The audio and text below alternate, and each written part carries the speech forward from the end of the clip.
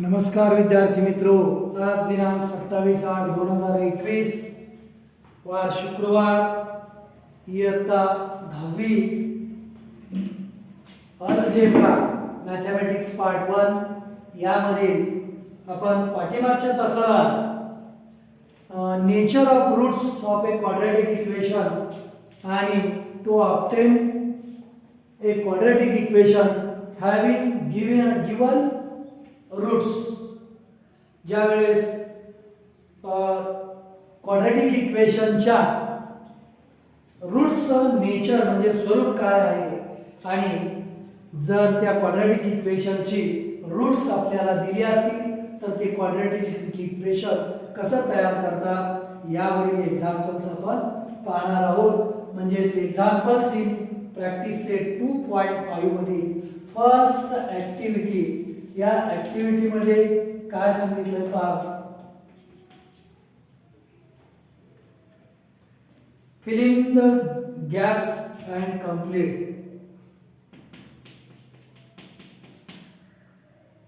fill in the gaps and complete. gaps भरा आणि complete पूर्ण करा ही ॲक्टिव्हिटी. तर first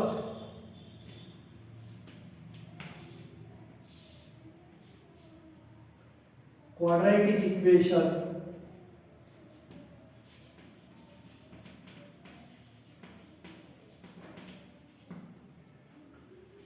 ax square plus bx plus c is equal to 0.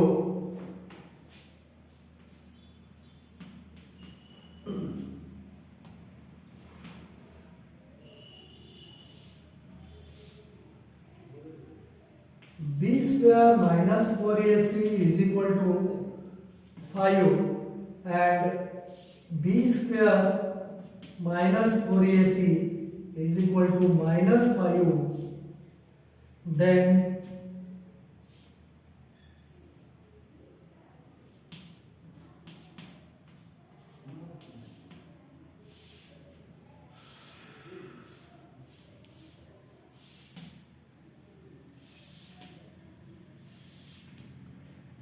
nature of roots.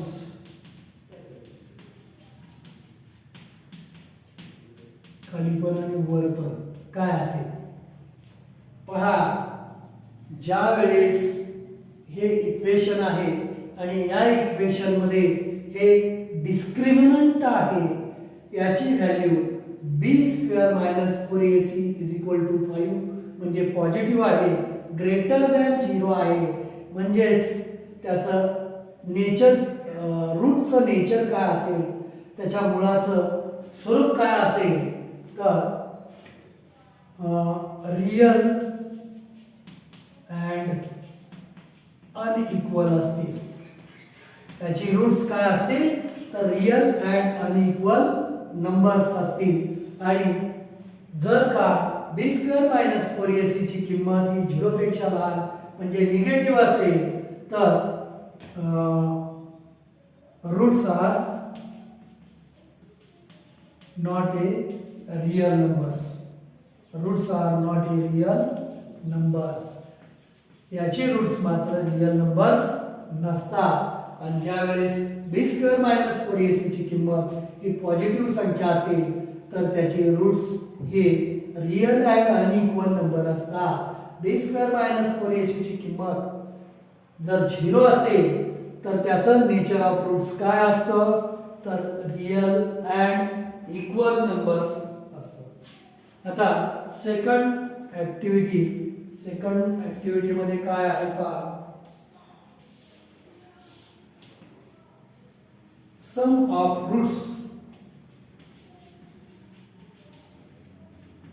रूट्सची बेरीज -7 आहे.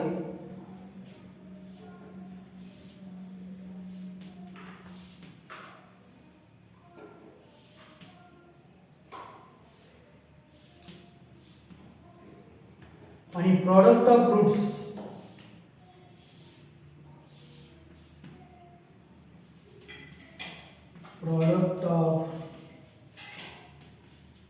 Roots is equal to 5 आहे. तर क्वाड्रॅटिक इक्वेशन काय असेल?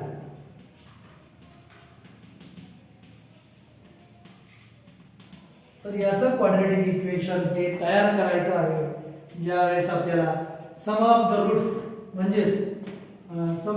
म्हणजे अल्फा प्लस बीटाची किंमत दिलेली आहे ही आहे आणि अल्फा इंटू बीटाची किंमत म्हणजे त्या रूट्सचा प्रॉडक्ट हा 5 आहे. तर त्याचं क्वाड्रॅटिक इक्वेशन काय असेल? मग क्वाड्रॅटिक इक्वेशन काय असतं? x square minus in a bracket alpha plus beta into x plus alpha into beta हे आपण दिलेल्या रूट्सवरून जे इक्वेशन मिळवतो ते असं असतं. मग या ठिकाणी इक्वेशन काय होईल? x square minus alpha plus बीटाची किंमत किती आहे? हे मायनस घेतला आहे. अल्फा प्लस बीटाची किंमत आहे सम ऑफ रूट्स काय आहे? -7 आहे. हे मायनस मधलं आणि ह्याची किंमत ही -7 आहे. आता पुढं इंटू x बाहेरचा प्लस अल्फा इंटू बीटाची किंमत आहे 5 म्हणजेच हे इक्वेशन काय होईल? x square minus into minus हे प्लस होईल 7x प्लस 5 ही गाळलेली जागा येईल. म्हणजेच इक्वेशन कोणतं झालं? x square plus 7x plus 5 हे ते क्वाड्रॅटिक इक्वेशन होईल. आता थर्ड ॲक्टिव्हिटी काय आहे ते पण पाहूया.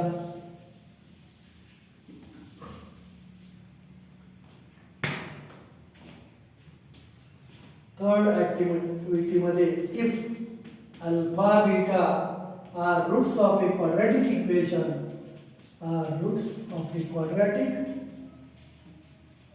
Equation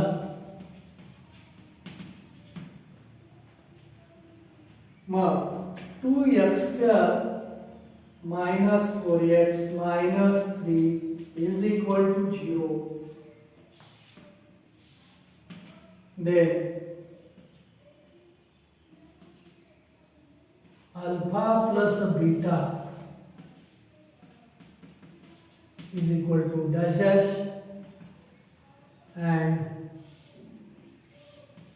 alpha into beta is equal to dash dash. आता आपल्याला इक्वेशन या ठिकाणी दिलेलं आहे. इक्वेशन काय दिले? 2x square minus 4x minus 3 ह्या इक्वेशन मध्ये ह्या व्हेरिएबलचा स्क्वेअर आहे त्याचा कोइफिशियंट हा घालवायचा आहे. मग काय करायचं? तर दोन्ही बाजूला या समीकरणाच्या हे 2 घालवायचं आहे. 2 ने भागावं लागेल. 2x square minus 4x minus 3 is equal to 0. त्याला 2 ने भागायचं आहे. इथं 2 न भागलं, इथं 2 शून्याला पण 2 काय येतं? तर x स्क्वेअर मायनस 2 दुने 4 मायनस 2x मायनस 3/2 शून्याला 2 भागिले 0. मग आता मायनस अल्फा प्लस बीटा याची किंमत काय येते? तर ही येते. अल्फा प्लस बीटाची किंमत इथं 2 येते आणि अल्फा इंटू बीटाची किंमत काय येते? तर -3/2 येते. अशा पद्धतीनं आपल्याला हे इक्वेशन कसं असतं पहा.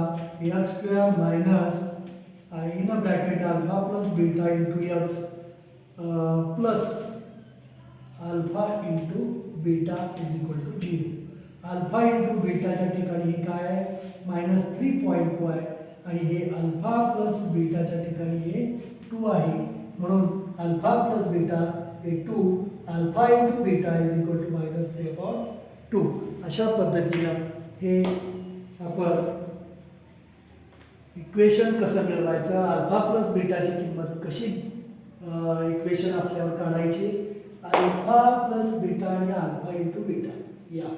आता यानंतर क्वेश्चन 2 मधील एक्झाम्पल्स आपल्याला पाहायचे आहेत.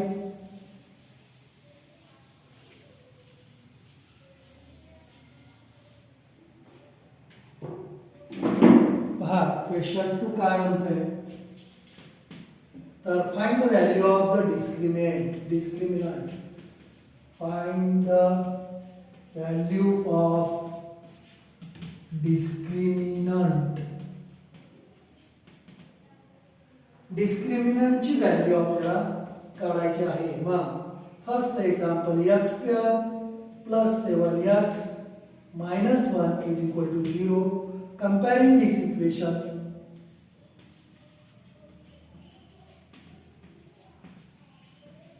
above equation to general form,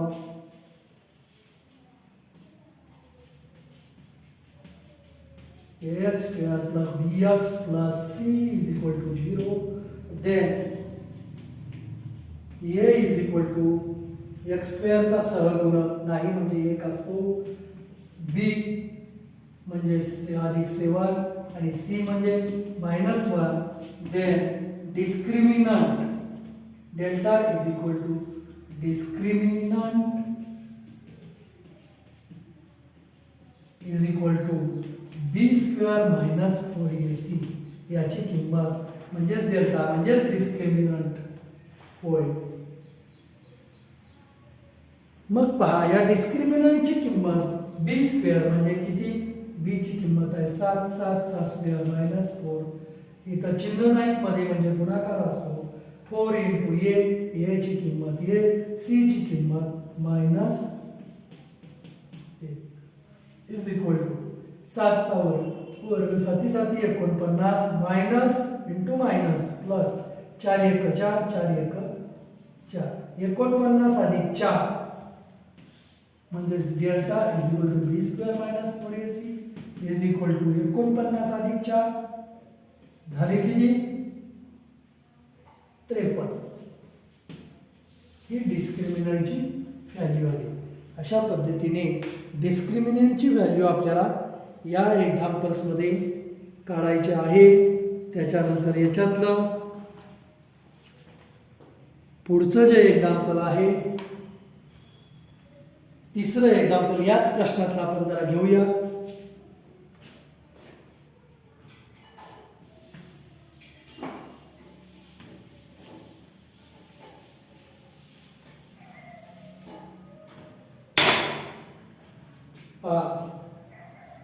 third example √2x square plus 4x plus 2 into square root 2 is equal to 0.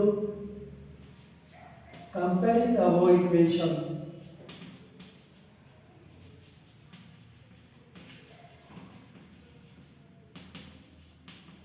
to general form, ax square plus bx plus c is equal to 0. याच्याशी compare करायचं. Compare केल्यावर a ची किंमत b ची किंमत या लिहायची आहे. a ची किंमत म्हणजे स्क्वेअर रूट 2 x स्क्वेअर ला जो कोएफिशियंट आहे तो, आणि b ची किंमत म्हणजे 4 आणि c ची किंमत म्हणजे शेवटची सगळीच 2 स्क्वेअर रूट 2. मग आता काय करायचं आहे तर डिस्क्रिमिनंट डेल्टा बरोबर b स्क्वेअर मायनस 4ac याची किंमत काढायची आहे. b स्क्वेअर म्हणजे 4चा स्क्वेअर, b म्हणजे 4 आहे त्याचा square, b square minus 4 into a म्हणजे ह्या तिघांमध्ये चिन्ह नाही म्हणजे गुणाकार, 4 गुणिले a म्हणजे स्क्वेअर रूट 2 गुणिले c म्हणजे 2 स्क्वेअर रूट 2.